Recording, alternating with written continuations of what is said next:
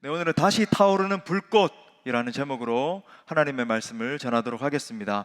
행복한 사람들의 축제가 한 주 앞으로 다가왔습니다. 어려운 상황 가운데서도 이 한 영혼을 구원하고자 하는 우리 성도님들의 그 애쓰는 분투를 바라보시면서 우리 주님이 기뻐하실 줄 믿습니다.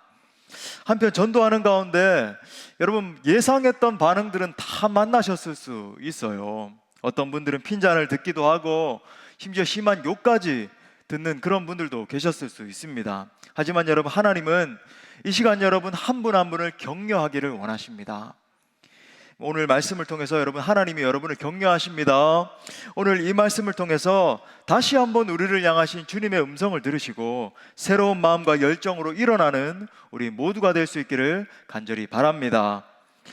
사도 바울이 디모데에게 이 편지를 쓴 첫 번째 이유는 바로 하나님의 은사를 부릴 듯하게 하기 위해서라고 말을 합니다. 6절에 보니까 그러므로 내가 나의 안수함으로 내 속에 있는 하나님의 은사를 다시 부릴 듯하게 하기 위하여 너로 생각하게 하게 하노니, 이렇게 말합니다. 여기서 다시 부릴 듯하게 하라라는 말은 다시 불타오르게 하라는 말이에요. 쉽게 말해서 불타오르게 하라. 꺼져가고 있는 내 안의 불꽃, 너의 그 내면 가운데 있는 그 열정의 불꽃을 다시 살려서 타오르게 만들어라, 그런 말입니다. 여러분, 이 말씀을 보면 우리가 추측할 수 있죠. 당시에 사역을 하고 있던 디모데의 이 내면의 불꽃, 이 열정이 좀 식어져 있었음을 우리가 눈치를 챌 수 있습니다. 사역을 하는 가운데 여러 가지 어려운 상황들을 이렇게 만나게 되면서 그의 마음 가운데 있는 이 열정이 식어버린 거예요. 그러면 이 디모데의 열정을 식게 만들었던 그런 요인들은 무엇이었는가? 어떤 상황들이 뭔가? 지난 목요일에도 제가 잠시 언급을 드렸는데 적어도 세 가지의 그런 요인들이 있었습니다. 첫 번째는요, 디모데가 편지를 받았을 그 당시는 로마 제국에 큰 동요가 있었던 때입니다. 바울이 디모데후서를 AD 64년경에 이제 기록을 했다라고 우리가 보는데, 이때는 로마에 큰 불이 나서, 여러분 실제로 로마에 큰 불이 났죠, 역사적으로. 그래서 로마 시내의 3분의 2가 불타서 없어져 버리는 큰 재앙이 있었습니다. 그런데 로마 사람들 사이에 소문이 있었는데, 그건 뭐냐면 이 미치광이 왕 네로가 로마에다가 불을 질러 버려 가지고 로마가 이 지경이 됐다. 근데 실제로 이제 2000년대 들어서 역사학자들이 이제 고증을 거친 다음에 이게 실증을 했죠. 발견을 이렇게 해냈습니다. 실제 네로가 불을 질렀는 게 사실이고 로마의 끔찍한 그런 재앙이 있었는데, 당시 이제 네로는 갖다가 이걸 정치적으로 역이용을 해가지고 어떻게 했냐면은, 이거 그리스도인들이 불 지른 거다. 그리스도인들 너희 알지 않느냐? 인육을 먹고, 당시에 우리가 이제 성찬을 하는 걸 갖다가 그런 식으로 이제 빗대가지고 이제 조롱을 한 겁니다. 인육을 먹고 사람의 피를 마시는 그 그리스도인들이 불을 지른 거야. 이렇게 하면서 그때부터 이 그리스도인들을 박해하기 시작했는데, 잡아서 죽이고, 그래서 막 익투스 하면서 우리 몰래 그리스도인들이 예수님을 고백하게 되고, 만약에 들키기라도 하면 형장의 이슬로 사라져 버리는 그런 일들이 일어나기 시작했던 겁니다. 대핍박이, 환란이 일어난 거죠. 또 두 번째는요, 디모데가 이 편지를 받았을 때는 교회 안과 밖에 거짓 교사들이 판을 치고 있었어요. 이들이 진리를 떠나서 거짓 교리를 가르쳤고, 성경의 기록에 보니까 많은 여성들이 당시에 그 거짓 교사들을 따랐다, 이렇게 말을 하고 있습니다. 그들이 교회 안에서 하나님의 말씀을 왜곡하기 시작하고, 쉽게 말해서 이단적인 사상들, 영지주의로 대표되는 그런 사상들을 이야기하거든요. 영육 이원론, 그래서 영적인 것만이 선한 것이고 육적인 건 악한 것이다, 플라톤 철학에 기반해서 잘못 가르치는 거죠. 그걸 사람들이 잘못 따라가고 거기에 빠진 겁니다.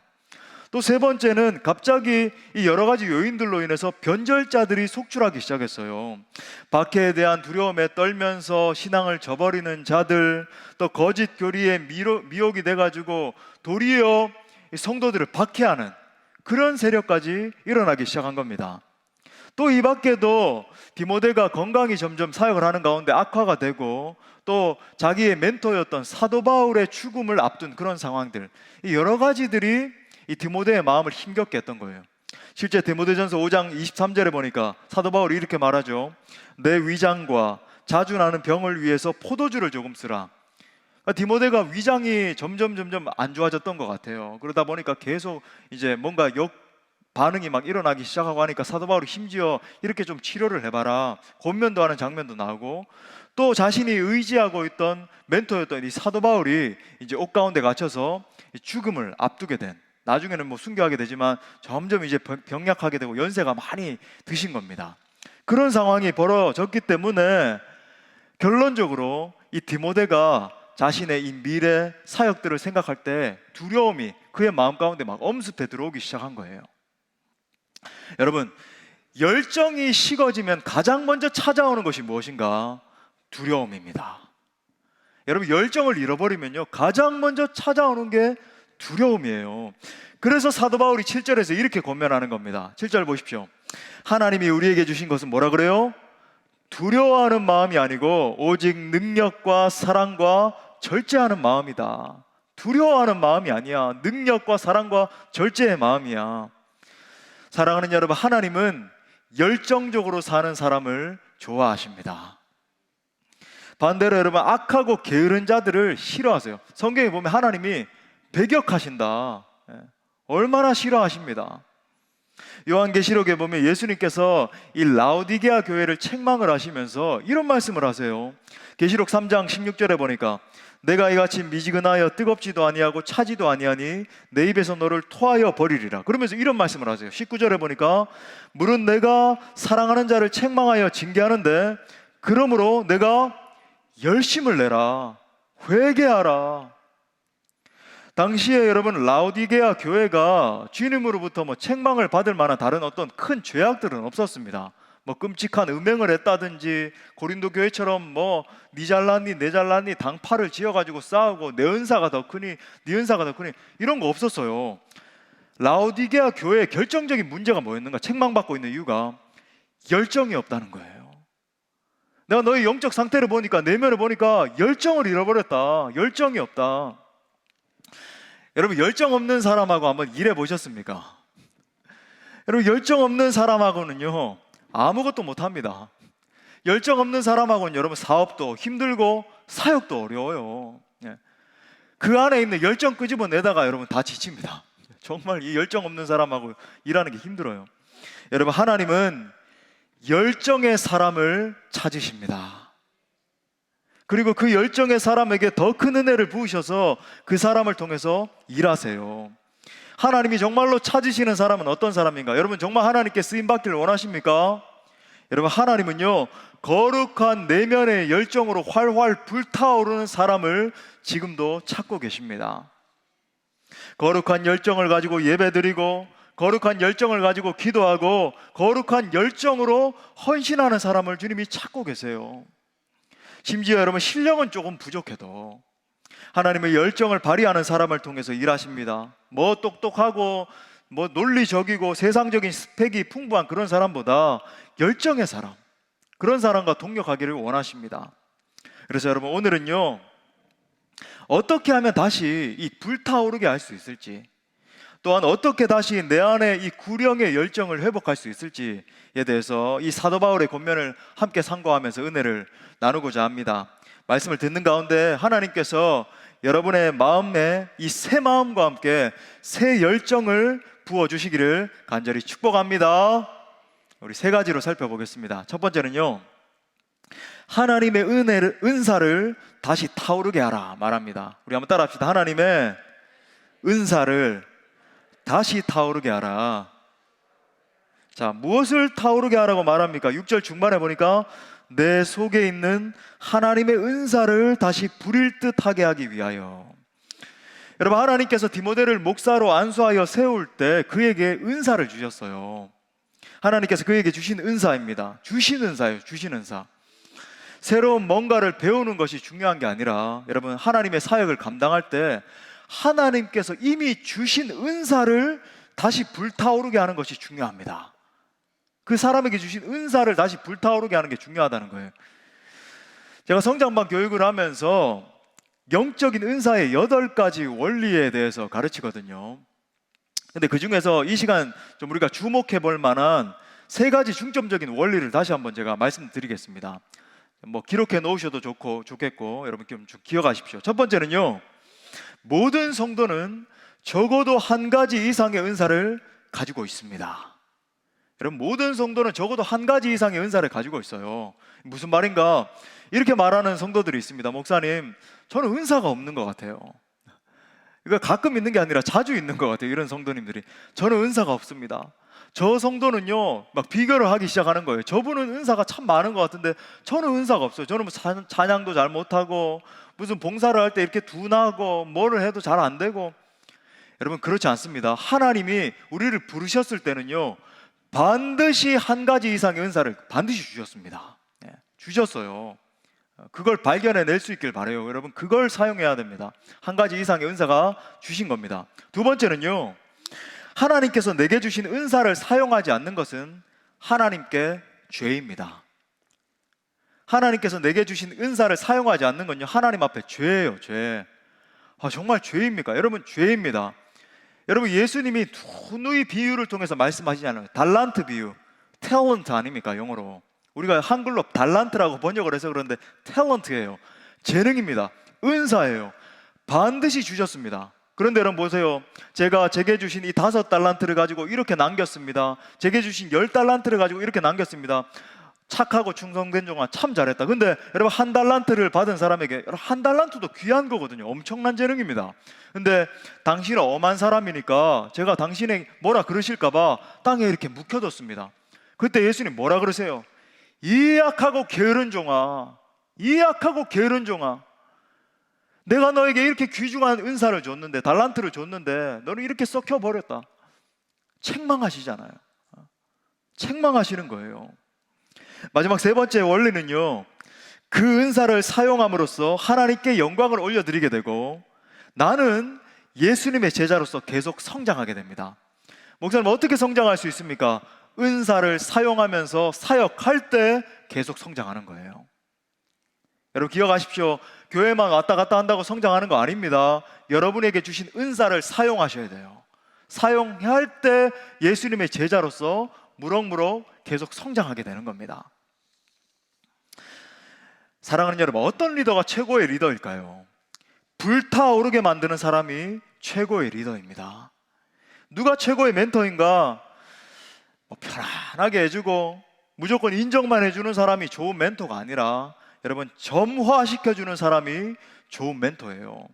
그 사람 안에 있는 은사를 발견하게 해주고 그 은사를 발휘하게 하면서, 때로는 뭐 책망도 하고 좀 이렇게 푸시도 하면서 그 사람이 활활 타오를 수 있도록, 하나님 앞에서 은사를 발휘하면서 하나님 영광의 도구로 크게 쓰임받는 준비가 되고 더욱더 달려나갈 수 있도록 점화시켜주는 사람이 좋은 멘토입니다.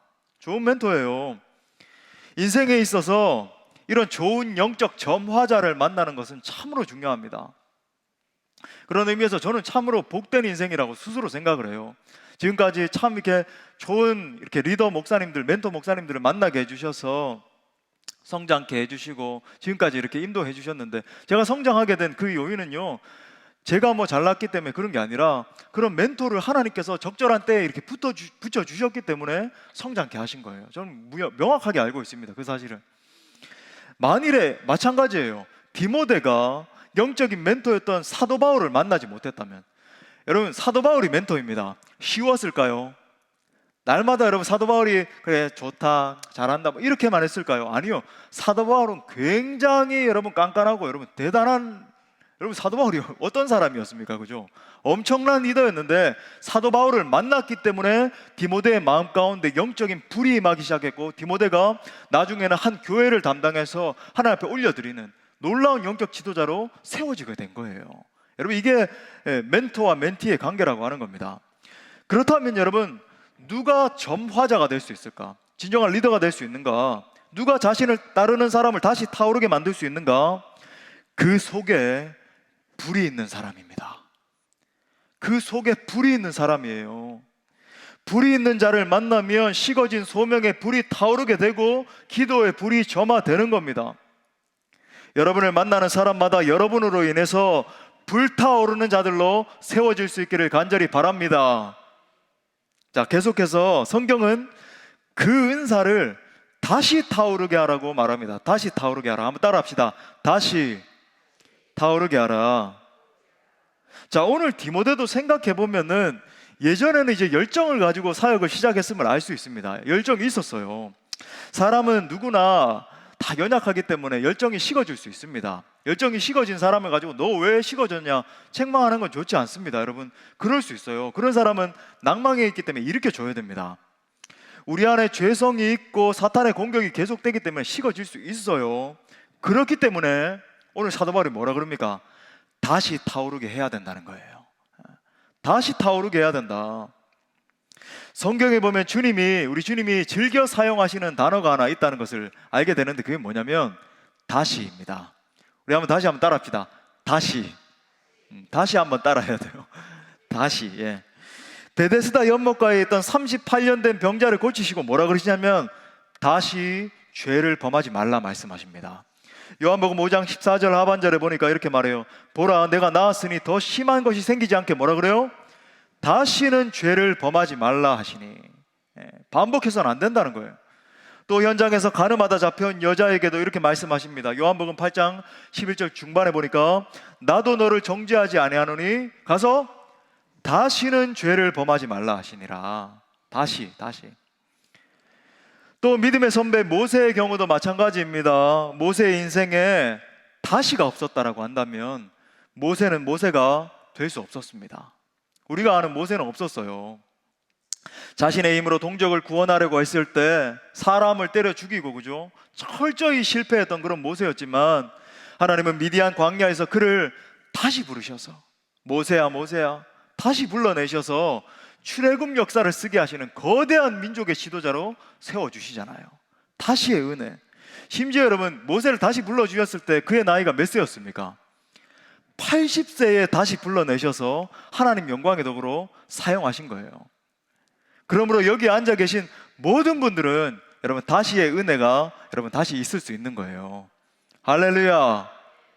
심지어 여러분 다윗의 인생에도 다시의 은혜가 있었습니다. 우리아의 아내 밧세바를 범하고 우리아를 살해하는 끔찍한 실패의 자리.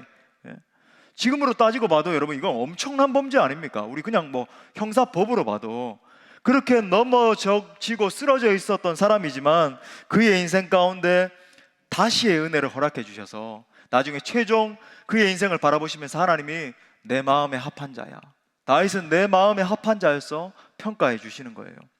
베드로도 마찬가지입니다. 주님을 모른다라고 내가 장담하건대 내가 주님을 모른다고 맹세코 주님을 3번이나 부인을 했지만 갈릴리 호숫가에 찾아가셔서 사랑으로 물으시면서 요한의 아들 시몬아, 내가 다른 사람들보다 나를 더 사랑하느냐? 내 양을 먹이라. 다시 일으켜 세워주신 소명을 회복시켜 주신 거예요. 하나님 아버지는 인자와 자비가 영원하시기 때문에 우리가 넘어지고 실패의 자리에서 그렇게 울고 있다 할지라도 우리 다시 한번 시작해보자 말씀해 주십니다. 우리의 영혼이 침체 가운데 빠져서 한숨을 쉬고 있을 때에도 사랑하는 아들아, 내 딸아, 다시 일어나서 걸어보자. 우리 다시 한번 일어나 보자 말씀해 주세요. 하나님은 언제나 우리의 인생에 다시의 은혜를 허락해 주십니다. 하지만 여러분, 원수 마귀에게 없는 게 뭘까요? 원수 마귀는 다시가 없어요. 원수 마귀 사단은 뭐라고 속삭이는지 아십니까? 너는 이제 끝났다라고 말해요.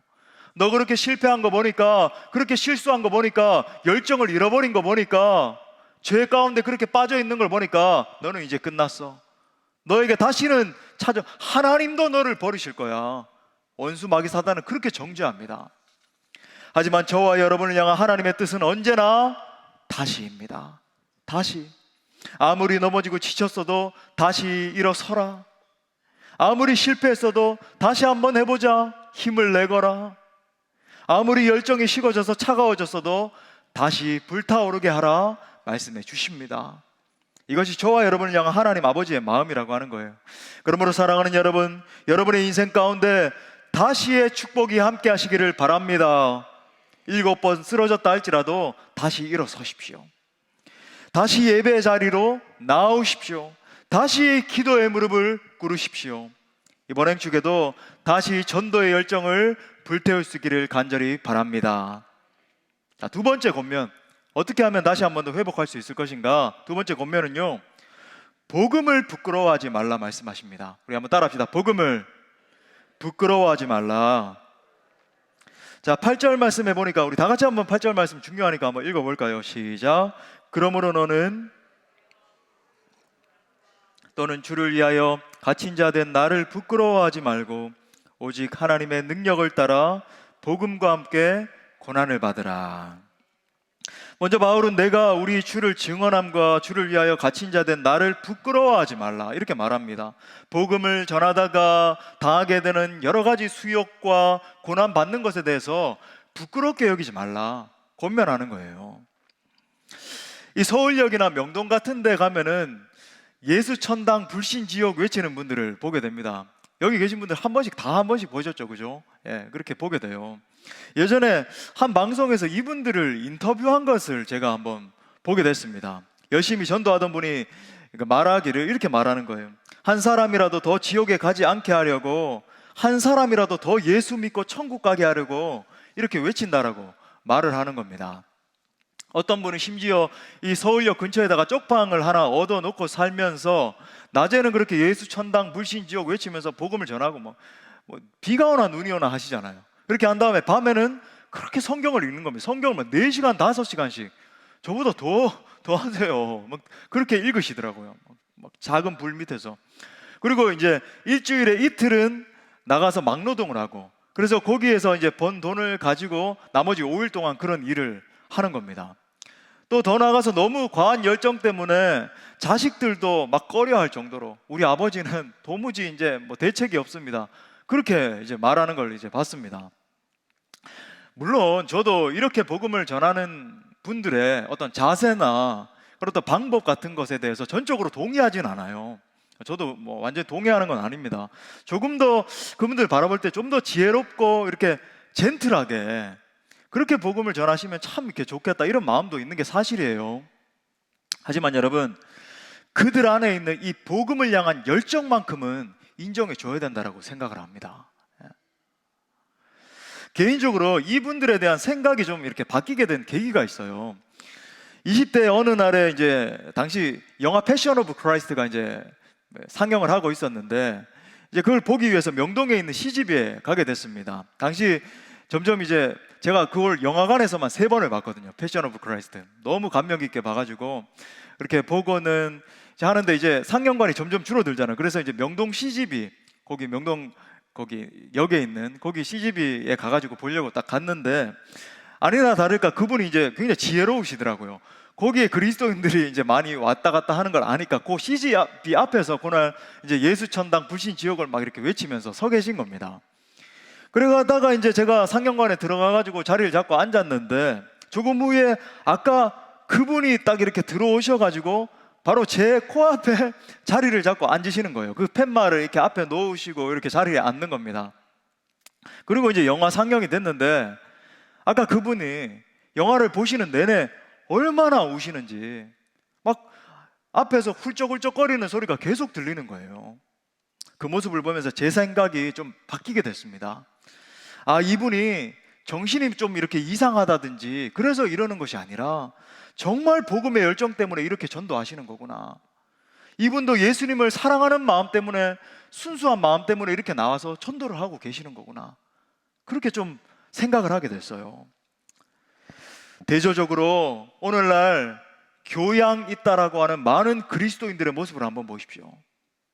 고상하게 예배드리고 고상하게 신앙생활 한다라고 하지만 복음을 부끄러워하지 하고 있지 않습니까? 복음이 하나님의 능력이라고 말하면서도 정작 자신은 복음을 부끄러워하고 있지 않냐는 거예요. 심지어 부끄러워서 성경책도 이렇게 밖에 들고 다니지도 못하고, 직장 동료들과 친구들 사이에서 같이 막 5년, 10년을 일했음에도 불구하고 너 예수 믿는 사람이었어? 너 교회도 다녀? 아직 그러는 지체들 계시지 않습니까? 식기도 할 때도 잠깐 이러고 이제 하시고 세 분이 웃으셨는데 그런 지체들 계셨죠?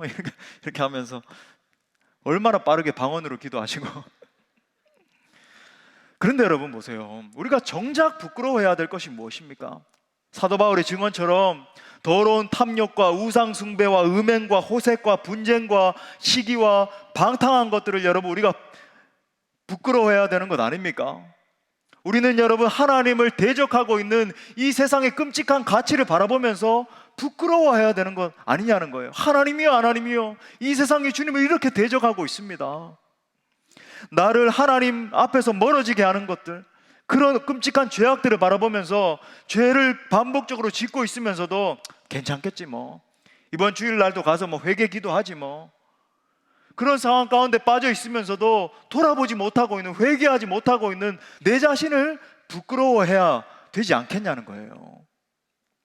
정말 그렇다면 여러분, 내게 생명을 주신 주님, 나 같은 죄인을 살려주시기 위해서 그 존귀한 피를 흘려주신 예수 그리스도를 부끄러워해서야 되겠습니까? 완전한 절망 가운데 놓여있던 내게 소망을 주셨는데, 영원한 저 사망의 상태 가운데 있던 내게 영원한 생명을 허락해 주셨는데, 그 예수 그리스도의 십자가와 부활의 복음을 부끄러워해서야 되겠느냐는 말입니다. 저는 예수 천당 불신 지옥 외치는 분들이 아니라 이 세상에서 똑똑하다라고 자부하는 자들의 정죄하는 모습을 보면서 오히려 더 거룩한 분노와 슬픔까지 느껴집니다. 자유주의 신학을 가르치는 어느 신학자가 버젓이 나와가지고 이렇게 말하는 것을 들었습니다. 사람들은 마태복음 28장에 나타난 땅끝까지 가서 복음을 전하라는 것을 예수님의 말씀으로 이해하는데, 이 말씀은 예수님의 말씀이 아닙니다. 또 예수님만이 유일한 주님이라고 가르치는 것은 교회의 목사들이 잘못 가르치는 탓입니다. 성경은 그렇게 말하지 않아요. 이거 신학교에서 다 배워요. 그런데 그렇게 가르치지 않아요. 목사들 솔직히 깨놓고 말해야 됩니다. 뭘 깨놓고 말한단 말입니까? 자신이 거짓을 말하고 있으면서. 여러분, 이런 기준으로 말하면 저는, 앞에 서 있는 저는 어떤 목사인 줄 아세요? 저는 성경이 하나님의 말씀이라고 그대로 믿는 아주 무식한 목사 중에 그런 목사입니다.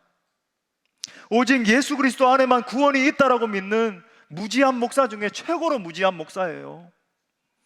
저는 저를 살리신 분, 나를 불쌍히 여기시고 건져내신 분, 지금도 나를 뜨겁게 사랑하고 계시는 분, 잠잠히 나의 이름을 부르면서 기뻐하고 계신 그분, 그 예수 그리스도를 부인할 수 없는 바보 목사입니다.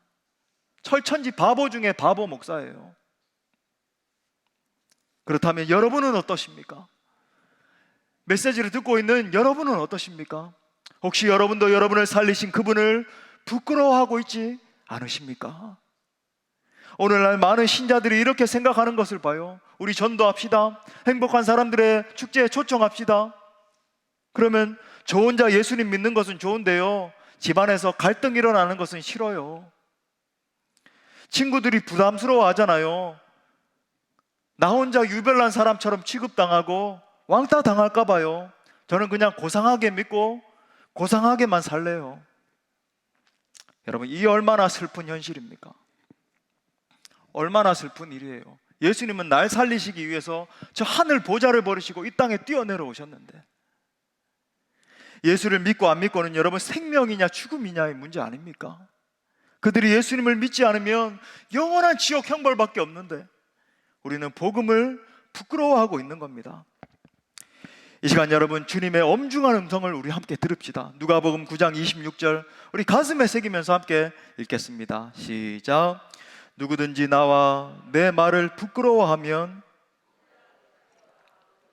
거룩한 천사들의 영광으로 올 때에 그 사람을 부끄러워하리라. 사랑하는 형제자매 여러분, 나를 살리신 예수님을 부끄러워하지 않는 여러분 모두가 될 수 있기를 간절히 바랍니다. 복음 때문에 불이익을 당한다 할지라도, 심지어 복음 때문에 사람들로부터 버림받는다 할지라도 여러분, 복음을 부끄러워하지 않는 여러분 모두가 될 수 있기를 간절히 축복합니다. 마지막 세 번째 권면은요, 어떻게 열정의 불을 타오르게 할 수 있을 것인가. 세 번째는요, 복음과 함께 고난을 받으라고 말합니다. 우리 한번 따라합시다. 복음과 함께 고난을 받으라. 자, 8절 하반절 말씀 다시 보십시오. 오직 하나님의 능력을 따라 복음과 함께 고난을 받으라. 사실 여러분, 복음을 위해서 살고자 하면 고난을 받을 수밖에 없습니다. 고난 받을 수밖에 없어요. 제가 강조하지만 제자의 길, 제자도라고 하는 건요, 사실 고난의 삶을 의미하는 거예요. 이퀄입니다. 그냥 제자의 길은 고난의 삶이다 라고 보면 돼요. 하지만 여러분, 우리가 두려워하지 말아야 될 이유가 있어요. 두려워하지 말아야 될 것은 하나님은 복음을 위해서 고난받는 자에게 능력을 베풀어 주십니다. 능력을 주세요. 여러분, 우리는 하나님이 주시는 능력으로 충분히 고난을 이길 수 있습니다. 사실상 여러분, 하나님의 능력, 하나님의 그 엄청난 은혜와 자비를 경험할 수 있는 가장 적기가 언제인 줄 아세요? 복음을 위해서 고난받을 때입니다. 복음을 위해서 고난받을 때예요. 그전에는 사실 하나님 능력 경험하기 힘듭니다. 겨우겨우 그냥 문제만 통과하고 턱걸이 신앙, 겨우겨우. 근데 정말로 하나님의 풍성한 은혜와 능력과 하나님의 그 초월적인 역사를 경험할 때는요, 복음을 위해서 고난받을 때예요. 자, 그렇다면 왜 복음과 함께 고난을 받아야 되는가? 왜 우리가 이렇게까지 고난을 받으면서도, 핀잔을 들으면서도 이 코로나 시대에도 예수 그리스도의 피 묻은 복음을 전해야 되는가? 그 이유는 간단합니다. 오직 복음만이 생명이기 때문에 그렇습니다. 여러분, 이 세상에 진리는 없어요. 오직 복음만이 생명의 진리입니다. 복음이 뭐죠? 한마디로 예수 그리스도세요. 왜 예수가 복음인가? 예수님이 이 땅에 오심으로 사망을 패하시고 썩지 않는 영원한 생명을 드러내셨기 때문입니다. 오늘 읽지는 않았지만 디모데후서 1장 10절 말씀을 눈으로 보십시오. 이렇게 말합니다.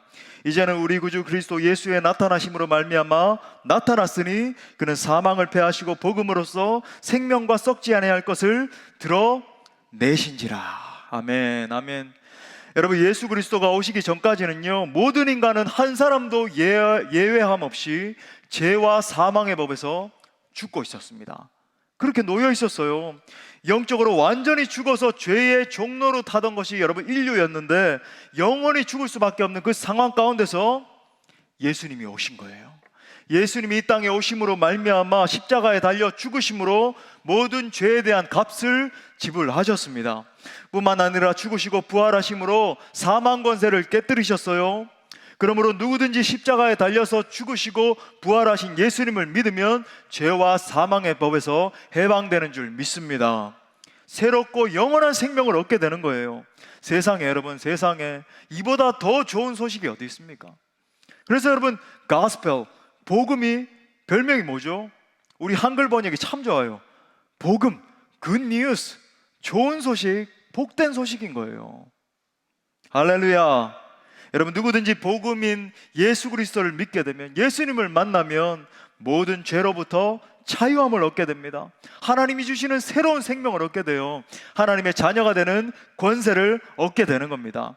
그래서 여러분, 이 땅을 살아가면서도 하나님을, 분리되었던 그 하나님과의 관계가 회복돼서 하나님을 아빠, 아버지 부르면서 기도하면서 찬송하면서 영원한 하나님의 자녀로서 살아갈 수 있게 되는 거예요.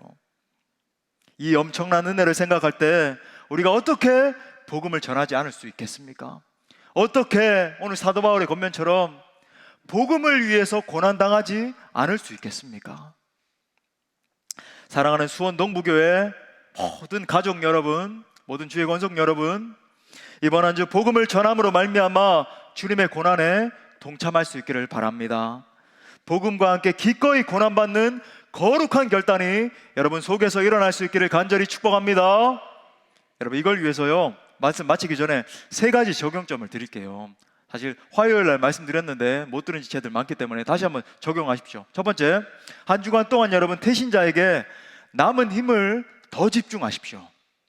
남은 힘을 더 집중하십시오. 여러분이 만약에 5분을 작정하셨다 그러면은 한 2-3분 정도, 3분 작정하셨다 그러면 뭐 1-2분 정도 이제 후보군이 올 수 있는 거의 한 70-80% 이상 되는 그런 가능성 있는 후보군이 형성이 됐을 겁니다. 그죠?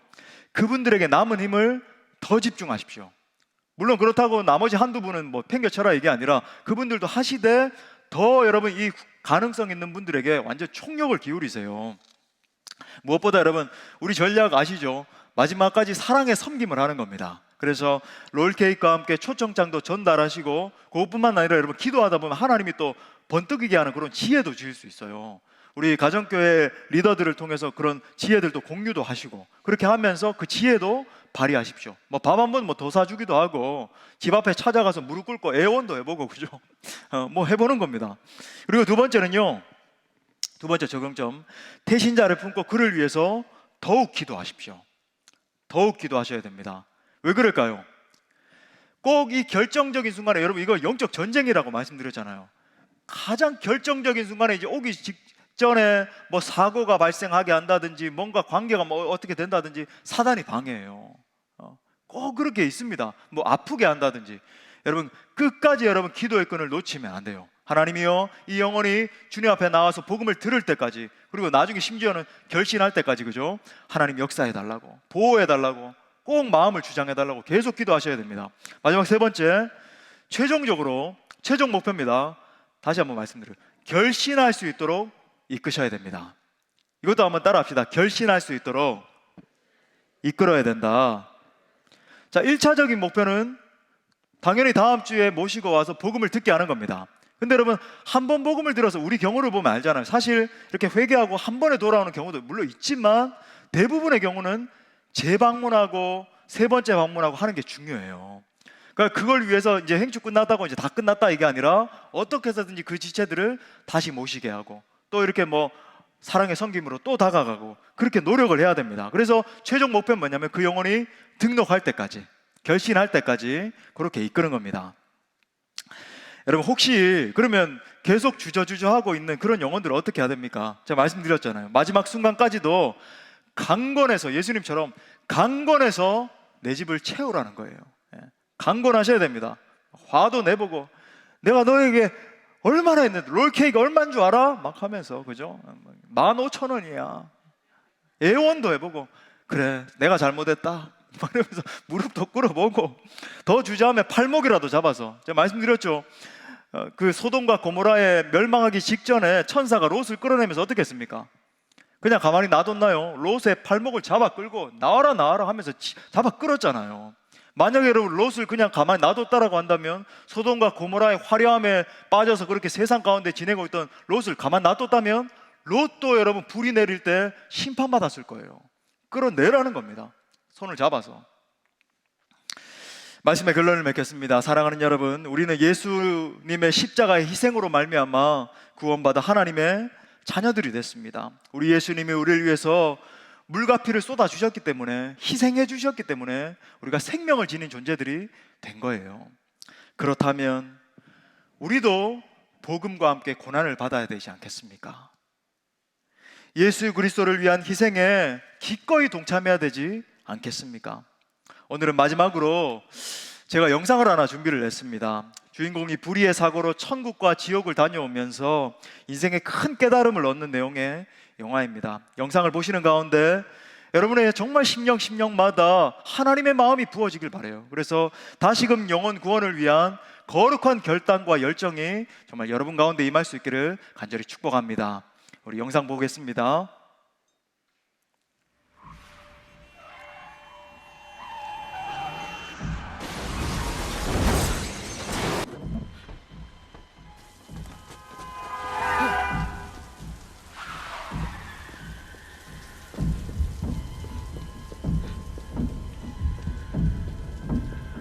Are you alright?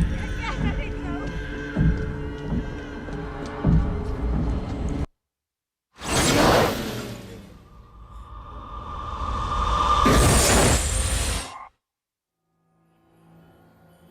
Who are you? Doc? Are you operating on me? Who are you? Why can't I see you?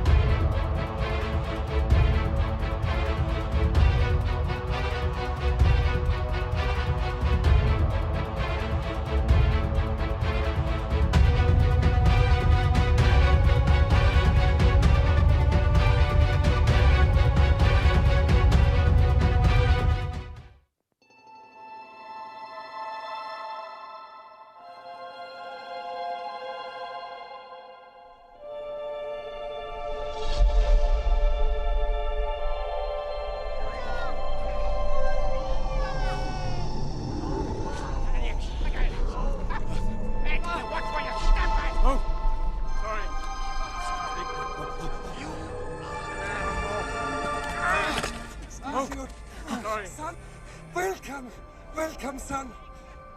Papa? Son. Papa. You're Klaus. Welcome.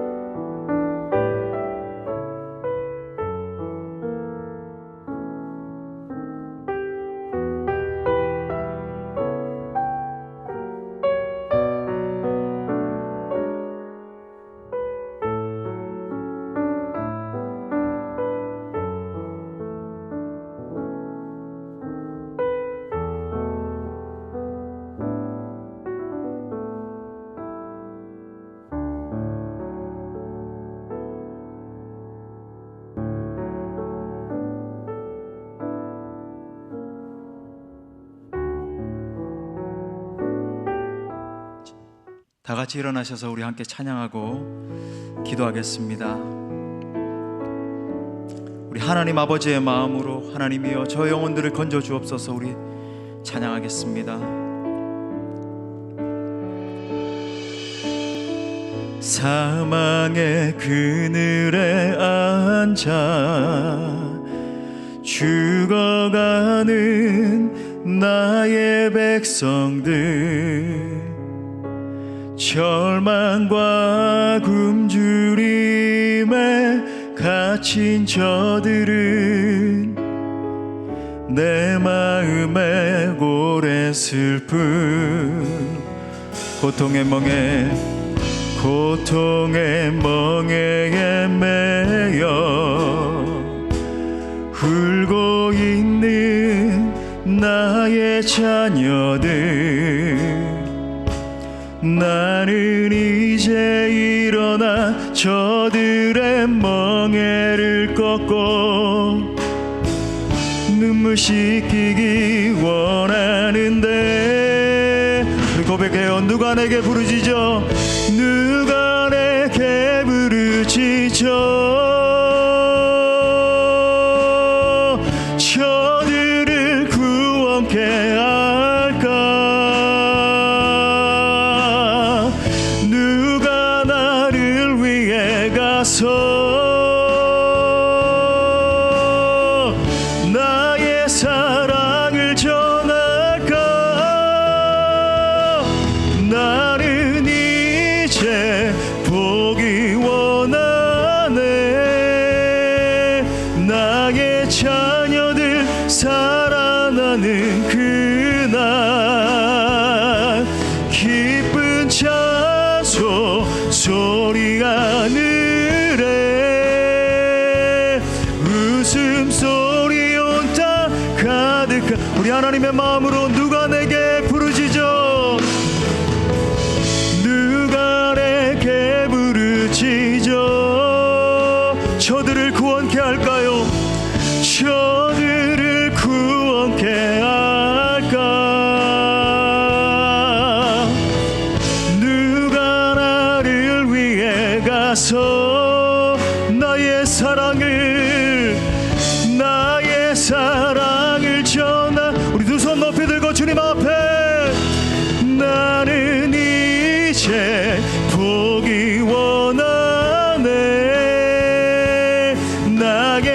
자녀들 살아나는 그날 기쁜 차소 소리 하늘에 웃음소리 온다. 다시 한번 하나님의 마음으로 나는 이제 보기 원합니다. 나는 이제 보기 원. 여러분, 이것이 하나님의 마음이에요. 나의 자녀들 살아나는 그날 기쁜 차소 소리 하늘에 웃음소리 온 땅 가득한 그날. 이 시간 말씀 붙들고 함께 기도할 때 여러분의 마음 가운데 정말 거룩한 결단이 일어났으면 좋겠습니다. 제게 생명 주신 주님, 저도 주님을 위해 생명을 드리기를 원합니다. 복음과 함께 기꺼이 고난받기로 결단합니다. 저 죽어가고 있는 저 영혼, 지역 형벌 가운데 놓여 있으면서도 나는 행복해, 나는 잘 살고 있어, 그렇게 착각하며 죽어가고 있는 저 영혼들을 향한 거룩한 열정을 부어주셔서 이번 한 주 불쌍한 그 영혼을 건져내게 하여 주옵소서. 이번 행주 가운데 크신 은혜를 주옵소서. 성령님 도와주옵소서. 간절히 기도합니다. 아버지 하나님이여, 간절한 마음으로 기도합니다.